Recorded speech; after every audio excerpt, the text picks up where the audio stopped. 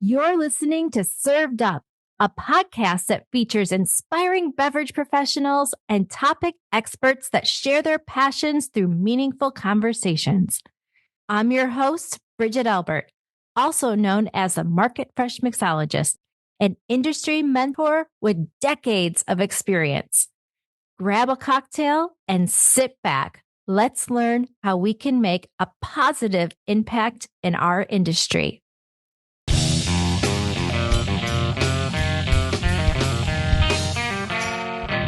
Hey y'all, it's Bridget here. In this conversation with founder of Realized Worth, Angela Parker opens up about the inspiration and mission behind Realized Worth, sharing her support of businesses in building sustainable, thriving operations. She reflects on the challenges she has navigated as a founder and the lessons that have shaped her approach to leadership, mentorship, and transformative employee engagement. The interview highlights the innovative programs she creates to drive social impact within companies while fostering growth, inclusion, and meaningful workplace experiences. Her dedication to helping others realize their full potential shines throughout, offering both guidance and inspiration for business leaders. So sit back, relax, and enjoy this episode. Angela, welcome to Served Up. I'm really excited to have you on the show today. Thank you. Great to be here. Absolutely. Can you share your early journey in life and the experience that shaped your approach to both leadership and to business? My early experience. Okay. Well, I will say I never saw myself as someone that would be either in leadership or in business. I saw myself as a girl who could, if I led anything, maybe lead children, maybe lead other women. And I have so many influences to thank over the years, from artists and musicians who I decided I wanted to be like, to people of every gender that showed me by their own lives and by the way that they spoke to me that things were possible that just weren't introduced in my paradigm. So I grew up in the church. I grew up enthusiastic about social issues at the same time, which is sometimes common in the church, sometimes not so much. And eventually got to a place where I thought, I really want to address social issues. It feels like it might be more effective to do that from where power, money, influence kind of lives. And that was inside companies. So being a kid who went to protests and had people sign petitions and was just against the man. I mean, I grew up in the Pacific Northwest in the 90s, so you had to be against the man. Yeah. It was wild to eventually go into business, start a company, work with large companies, and then decide that that's really what kind of fit what meant something to me and where I wanted to lead from. It really is amazing that what you're doing today, and we'll get into that in just a moment, but really stem from your early life, like as a child, and just being excited to be out there and making a difference. What motivated you to start Realized Worth? And was there like this defining moment that pushed you towards entrepreneurship? There were several moments. I can remember a time that I was in my previous line of work, and I literally had a moment where I looked across the field toward the building I was about to walk into for work that day and thought, I don't think this has to be it for me. So I left that line of work and took some time, as you hear people do. They go for these long walks and they get a job at a bar and they just try to figure out what it is. In fact, I have a journal still that I look back at often to just remember that time of thinking, what do I actually want to be when I grow up? And then I started a cleaning business. I had done that all through college. And I thought, okay, well, if I'm going to do something that I really want to do, I want an economic engine that will give me the time to do it well. I spent some time with Chris Jarvis, who became my co-founder at Realized Worth. And he had a strong background working with nonprofits and having a perspective that was focused on helping them get the kind of volunteers that would become advocates, that wouldn't waste the time of nonprofits, which often happens. And while I was doing the house cleaning work, he did a ton of research and began to figure out what it would look like to offer this opportunity, this way of doing things, this framework to nonprofits first, which is not how it ended up. And I cleaned so much. And I would recommend this to anyone that wants to start a business. Do another business first. Do one that you can mess up in, that you can build slowly, that you can find your way and learn the dirt, literally, and just the difficulty of what it is to build and run and what you love about it. And then there was another moment. I'm literally standing in a bedroom. I used to call it Friday Morning House in Toronto, where we started the business. And I'm cleaning, making the bed or something. And I thought, oh, we're ready. We're ready to go do this full time. It just sort of all came together in my mind in that moment. And I thought, yeah, let's ditch the other businesses. I sold the cleaning business. It's not that easy, but took a couple months, sold the cleaning business and invested with Chris Jarvis full time in Realized Worth with just 2 big clients at the time. And we built from there. That was 2008. Oh my gosh. And you just really took that leap. And, it takes someone who's very bold to do that, right? To trust in yourself. I think that's one of the hardest things to do sometimes is to trust your gut instinct. And just to I love go that. for it. Yeah. And you did, and just successfully. So can you explain to our listeners what Realized Worth is? Yes. And with that, what sets it apart maybe to some others that are in the field? Yes. Great question. Realized Worth. Well, there is meaning in the name. There's so much to this story, but essentially in the early stages of working with nonprofit organizations, which Chris and myself both did separately before we decided to start Realized Worth, we saw that there can be a real us versus them in society. I think we all know that. And when you see people who are, let's say, in one category, the them, come over and over to a nonprofit and interact with people and issues that they may not otherwise have any exposure to, over time, sometimes when we're really lucky, this epiphany happens. And in interacting with people who, if they're judged by their contribution to the GDP, have very little value to offer, we interact with them over and over and over, and we gradually realize that they are inherently valuable, just like we are. And if they're inherently valuable, even though they're not contributing to the GDP or they're not driving a fancy car, they don't have a fancy title, if they're that valuable, if they have inherent worth, then maybe we're not defined by our title, our house, the things that society often says is our value either. And you realize in that interaction your own worth. And that makes us people who are driven on a fundamental level by empathy rather than thinking in terms of who's in and who's out. So that is fundamentally the work we do, but we describe it as, and this is also true, designing scalable, measurable, and meaningful corporate volunteer programs. And that is the work, and the fundamental thing, the impact that happens is that the volunteers themselves change and become better versions of themselves while we're achieving community impact in partnership with our corporate clients. It is of this really incredible mission that you're on, right? Yeah. Because corporations, like for instance, like the one that I work at, Southern Glaciers Wine and Spirits, we have 20,000 employees. We have tons and tons of people. But then to give them an opportunity to volunteer and to feel really good about it and come out of that with something actionable for themselves is just tremendous. It's beyond the paycheck, right? It is truly like a human growth moment. So can you talk about some of the programs that you have curated and the successes that you've seen? None of you all at Southern Glaciers Wine and Spirits have asked me to do this, but I will focus on your program there a little bit because it genuinely is one of my favorites. And it's partly due to the team that produces and organizes and manages the program because they really care. And I'm not saying other folks at other companies don't care, but it means something when you're the kind of person building and organizing these programs and you've kind of experienced that epiphany, that change, that growth in yourself, and you really want to see it happen in other people. And that's what I see in that team. So they've spent a lot of time building many meaningful programs, and one of which is the Volunteers Ambassador Program.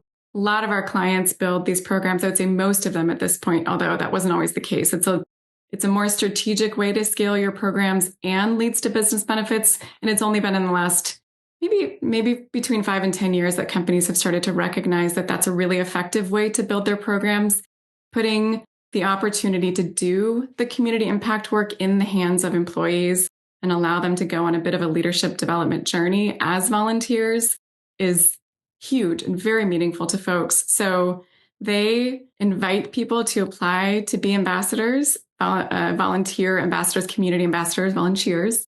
And then those people are empowered, trained, given toolkits, given various support, connected as a network to be able to go to their nonprofits, pull people together, other employees, and do the work together in a way that kind of says, what does this say about us? What does this say about who we are and who we're becoming while we're doing something that this organization really needs and wants from us and is changing what they want to happen on a logistical level, as well as us realizing that we can have that thing happen where we realize our own worth in the process of working with people that aren't always defined as worthy. And then we all become better people in the process. So these ambassador programs, they are becoming one of the most effective things that I've seen companies do. It's the core of the work that we do, training those ambassadors. And it is incredibly rewarding to see what all of these ambassadors get out of it. Again, who they get to become. It's amazing. And you did mention a word that I think is so important, and that's empathy.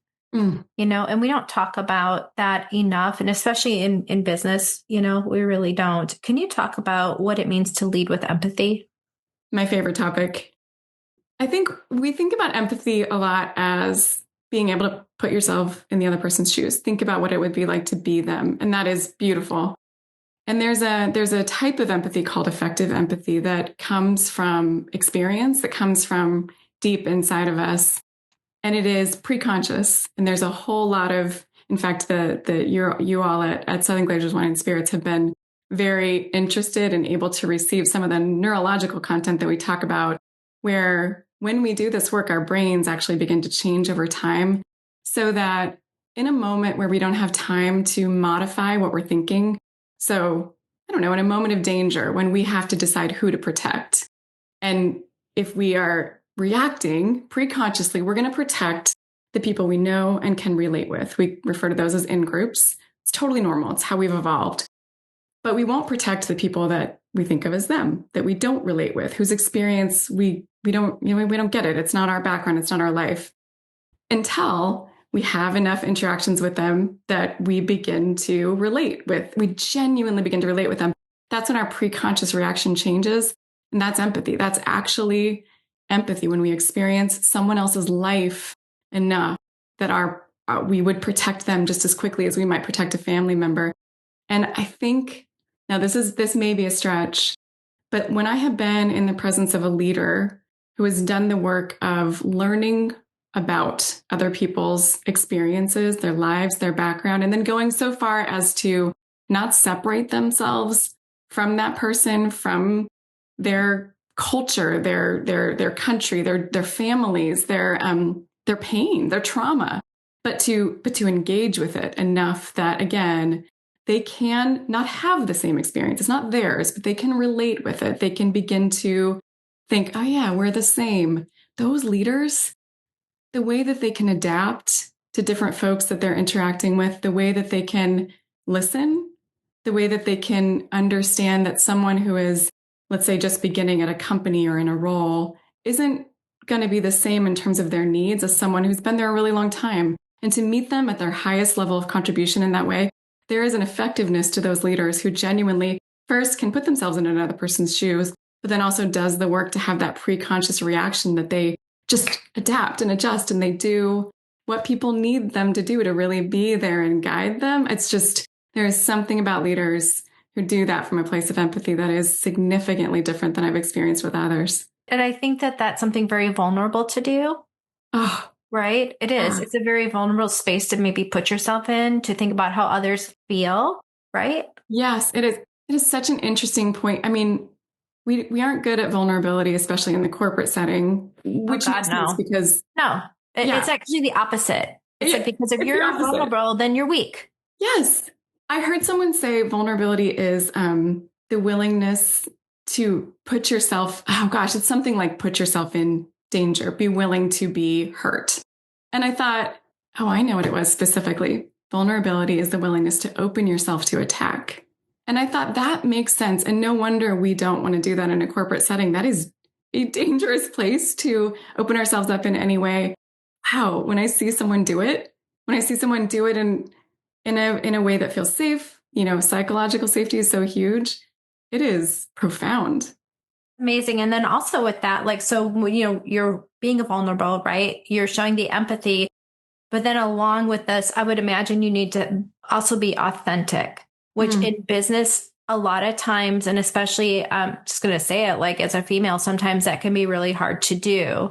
A lot of times we want to be like one of the guys to maybe try to get ahead, pick up golf, even if we fucking hate golf, like whatever it might be. Right. And so it's really hard sometimes to show up just as yourself. Can you talk about how authenticity plays within the mission of being, empathetic and how this makes you a better leader? I love the example of showing up as one of the guys. I grew up with 5 brothers, so that was the litmus test to be involved in anything, to be heard, be one of the guys. And yeah, that can really throw you off. It is still a male-run corporate world. Power is still a thing that we have to figure out a game, I guess, that we have to figure out how to play.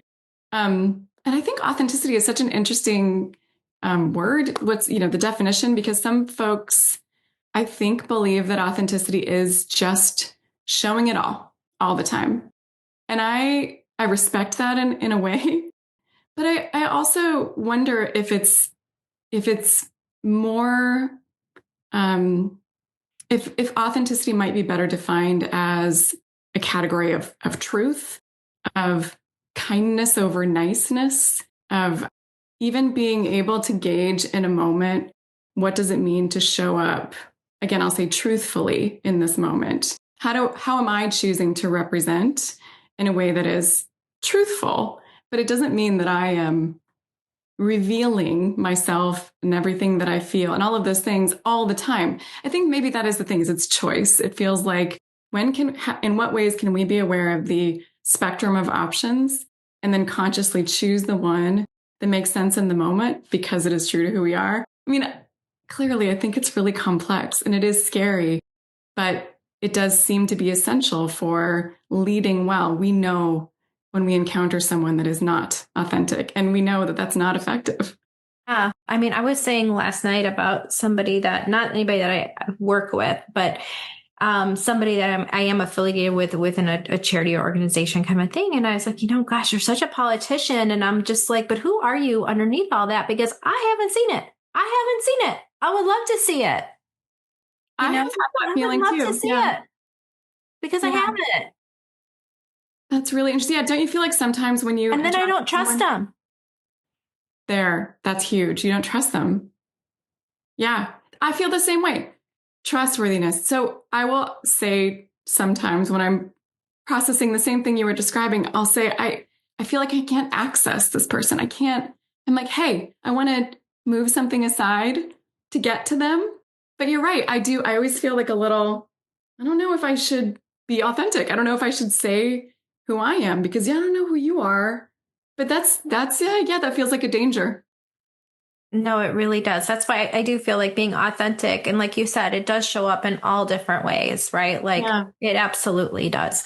Yeah. But I do think that being comfortable with who you are when you show up it's vital, because it'd be really exhausting to try to be someone else. Wouldn't it just be I wouldn't make it through the day if I had to try to be somebody else all the time. And, with that said, you did say something I thought was interesting about kindness over niceness. I have heard a lot about that phrase over the past couple of years, because can you talk about what that means? I am learning what that means. Interestingly today, and I'll just call this out. I've got a little bit of a conversation going on LinkedIn. Lacey Gayton, she's at ACCP. She's amazing. She left a comment, and I don't remember the title of the book right now, but it's related to this topic about kind, not nice. And I went into a meeting this morning that was a feedback meeting. And this is where we started the conversation, and I'm so glad we did. And we just started talking about how we were going to set the tone of this conversation by choosing kindness as opposed to being nice. And part of Lacey's comment was that niceness has to do with how we feel or even how the moment feels. And think our feelings are important indicators of our needs. They're important. We should pay attention to our feelings. But to make a decision or take an action, especially as a leader, for the way we feel as opposed to for some sort of outcome or what we're trying to lead toward, seems a little dangerous. Whereas kindness, again, it feels like its fundamental definition is truth. Like truth, even if it's delivered poorly, and hopefully that's something we can do as well as possible, is fundamentally kind. I think that is a major principle of nonviolent communication. But it does feel different. It feels different when I know someone that's nice versus someone that's kind. I feel like I can trust someone that's kind. If they're nice, I don't know. I'm going to always be like, they're nice. That's great. I like that. But I don't know if I trust that. Right. Right. I mean, gosh, it's just so complex. Yeah, it is. It is. It's so complex. Can you talk about, I want to go back even to some of your early beginnings. It's really amazing to me that, okay, you're cleaning houses, you have that aha moment, like you're ready, right, to do something more, to sell the company, to move on.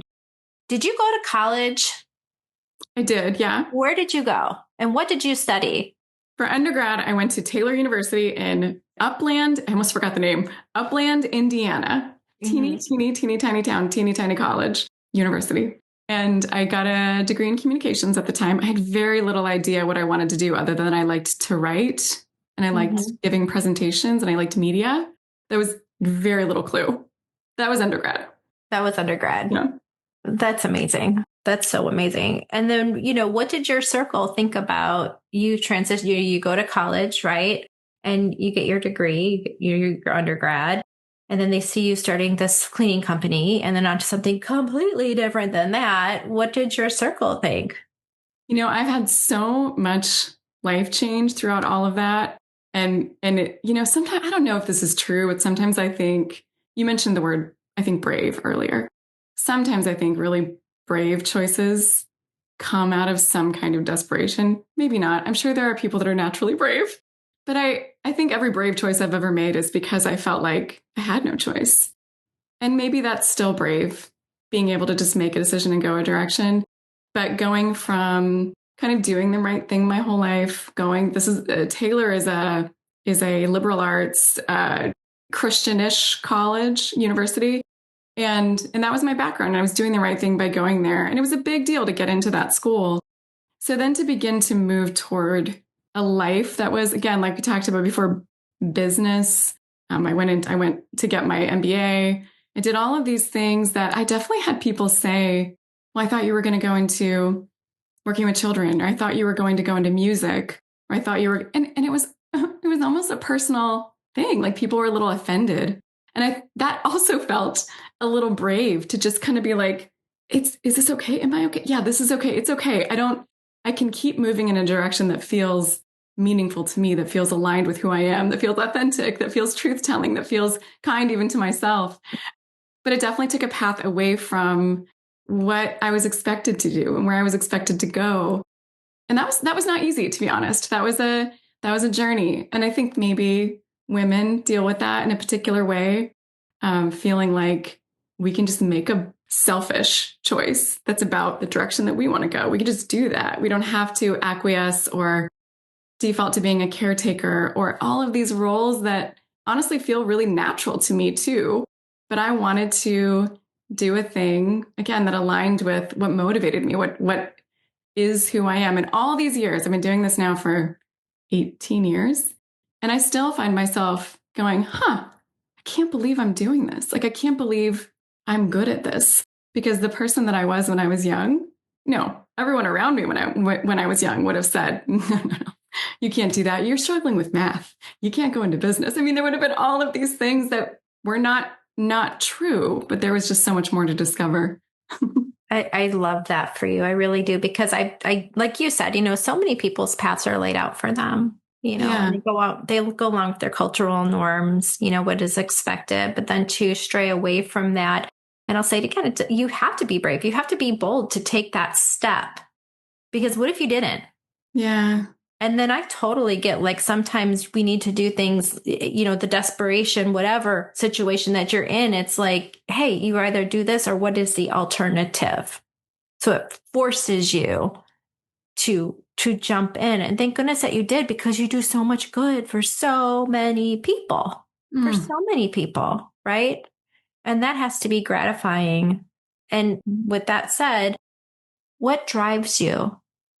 I love this question because, as you just said, it has to be gratifying. I thought, yeah, I love my job. I love what I get to do. Last year was a really, really hard year for us. I think it was a hard year in the whole world. And then there were multiple things with our team, and we're really close in our business that were just really hard personally and emotionally and business wise. And at the end of the year, we all came together for our virtual Christmas party. And I really felt struck in the moment by of all the different pathways my life could have gone, of all the different choices I could have made. From what I know, this is the one I choose. I want this one.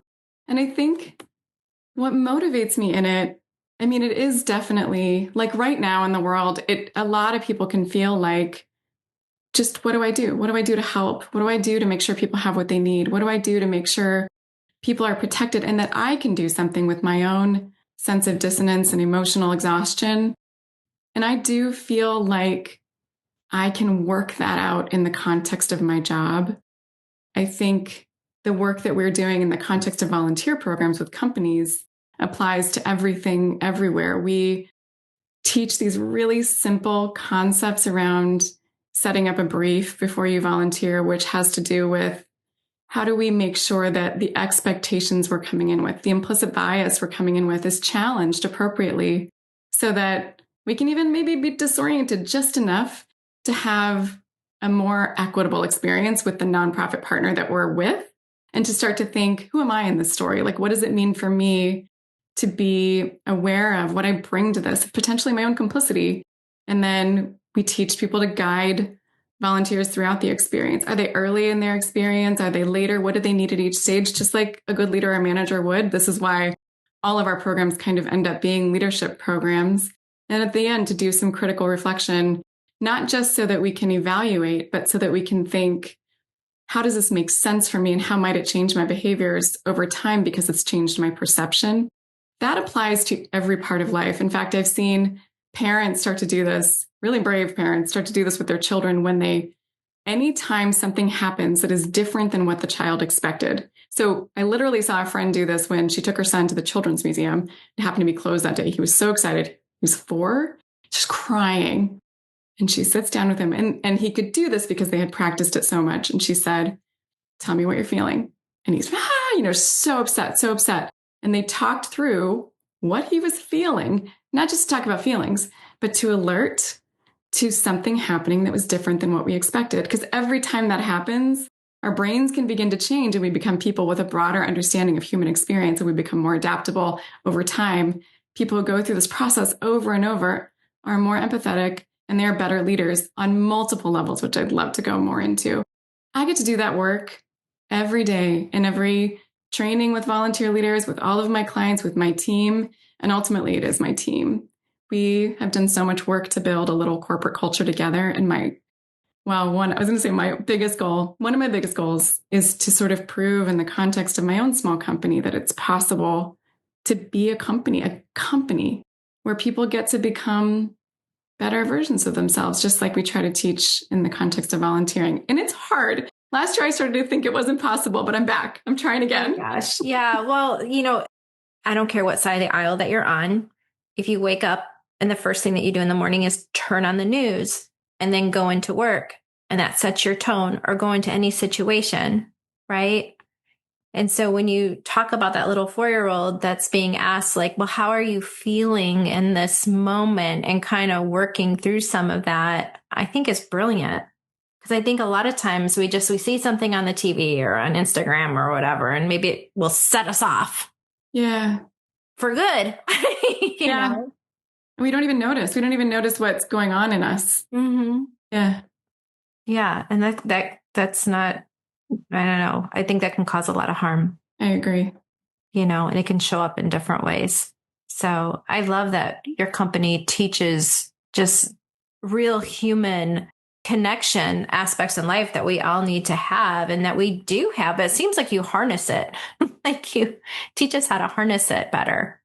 I love that. I hope so. That is the intention, to notice it. Even that idea of noticing how we feel. That what you just described, when we watch the news and we go into a place Mm-hmm. and, we often don't feel that in our bodies. I think so many of us we're actually taught consciously to shut that down, to be able to be someone strong who doesn't feel pain, physical pain. Again, especially women. Yeah. My doctor joked with me the other day about this injury that I've had in my hand and how long it's been hurting. And she was like, you would not believe the number of women who come in here and say, oh, it's not that bad. She's like, we got to stop this. We've got to stop telling our pain that it doesn't matter. And it's true emotionally too. But if we're going to become the kind of people who can be connected, who can understand that what our bodies are telling us is wise, is telling us something about what we need to do, it's telling us something smarter than our brains know about how to act. I mean, if we can learn this in the context of companies that influence individuals for more than 8 hours a day, every single day, who change their mood, as you're describing, who influence the way they treat their families, influence the way they vote. If companies are the ones that are the source of instilling this awareness, this ability to notice, this ability to alert to new ideas, orient to them, act on them, and change over time, deepen empathy, become leaders who are authentic. I mean, we have a lot of hope if companies are the ones who begin to take responsibility for influencing the millions and millions of people that they're influencing anyway. So might as well shift it to influence for good. Yeah, absolutely. And empower. It's, Empower. Yes. yeah, empowering, because it really sounds like the programs that you're doing at the end of the day empower the individual, which then in return, the benefits of that empower the company that they're working for, I would imagine, in so many different aspects. I appreciate that clarification so much, because it really is one of the intentions that so many companies that volunteer, that allow their employees to volunteer or facilitate that, do great, great work. But again, let's say their volunteers go out, their employee volunteers, and they're out there with a nonprofit for an hour. They do something great, but then the hour is over and everything that was valuable is stayed in that hour. But they have this opportunity to extend the impact beyond that time frame, because if it becomes something that lives inside of their employees, it goes with that employee forever. If they stay with the company, if not, I mean, that is existential impact. It becomes something that you just can't stop. And then that employee, as you said, is empowered to take that forward with them wherever they go. Yeah, absolutely. In your work, what was the most surprising moment for you? Was there just something that just knocked your socks off? Wow. This is probably not exactly what you're asking, but the thing that continues to surprise me over time is how long things take, but how worth it is to stay, to not give up. Whether it's someone who, let's say we're having a conversation like this and they are just all eye rolls and all just dismissive of this idea of transformation, which is what we call this concept of volunteering, of, listening to our bodies, of feelings, all these things, woo woo. And then the number of times, and I'll say usually it's a male leader, but not always. The number of times they come back to me a year, 3 years, 15 years later to say, I get it now. It is wild. And that is true in so many things, but I often tell myself, I often say that word to myself, just stay, because it works. It matters. It's worth it.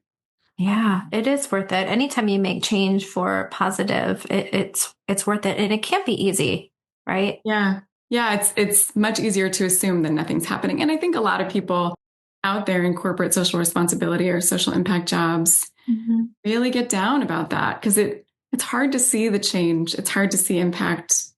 Yeah, it's hard to kind of measure we're so into our KPIs and how we measure everything, and so it's but this is something that not only gives, like I said before, your company such a great return, but yourself as a human.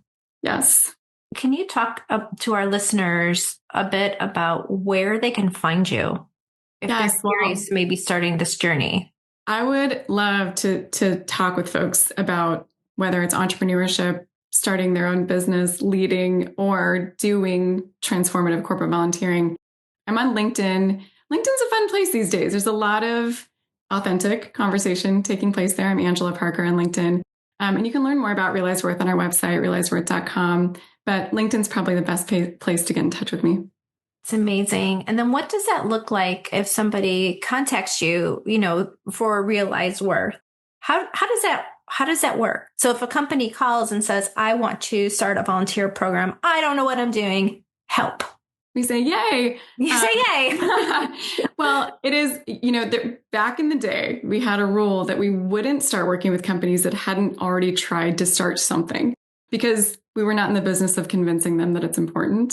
Mm-hmm. Now it's a different space out there. There are many, many people in these roles that are like, it's not on me that my company hasn't started this yet, but I'm ready and I want to do it. And they want to do it right. They want to do it strategically.